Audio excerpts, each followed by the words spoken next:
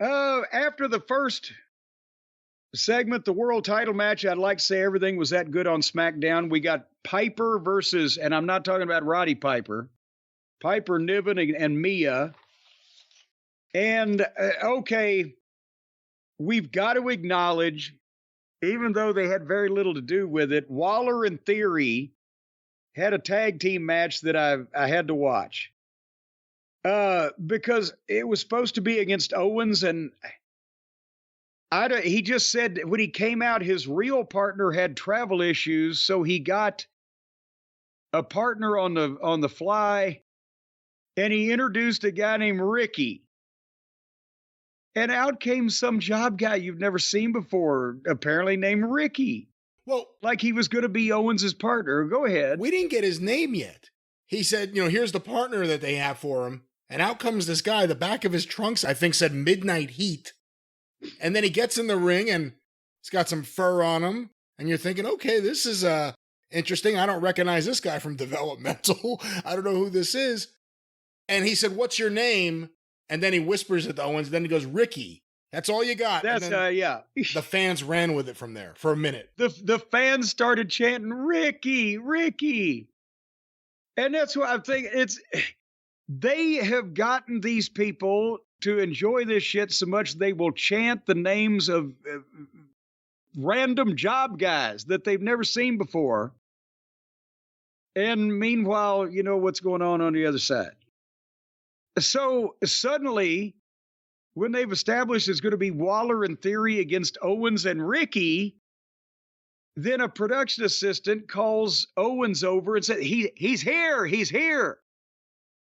And Owens said, oh, okay, and turns around and gives Ricky the stunner, and he bounces away, never to be seen again, and they play Randy Orton's music. And here comes Orton. And he's over. And right as he gets in the ring, it's right about coming up on 9 o'clock, and immediately they start a fight, and it's on the floor, and they're blah, blah, blah. But the only thing I was surprised, they went to break at 9:01. And they're doing picture-in-picture, but still, they got this thing in the ring and ready to go at 9 o'clock. They went to break at 9:01. I don't know what happened there. But I liked this match because it wasn't anything majorly different in terms of performance than what everybody usually does, except they had a long set where they made Owens fight for the tag. And they milked it like crazy that he couldn't get the tag. And finally, they did a spot where everybody was down and Owens rolled out on the floor, ran around the ring post, rolled back in the ring right in front of Orton and hot tagged him there. And that was a great spot and got a big pop.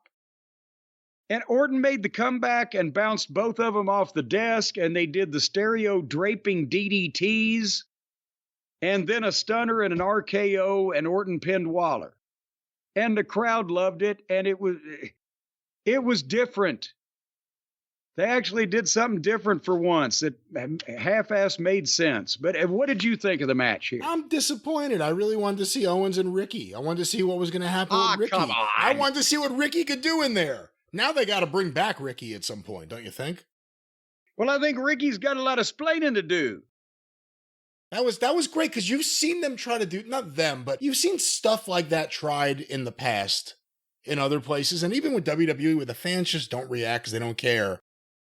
They care about everything so much, they started chanting for Ricky. And he fed into it. He raised his hand in the air. That was his moment. This guy, whoever that guy was, that was his moment as a wrestler, being Ricky. Well, anyway,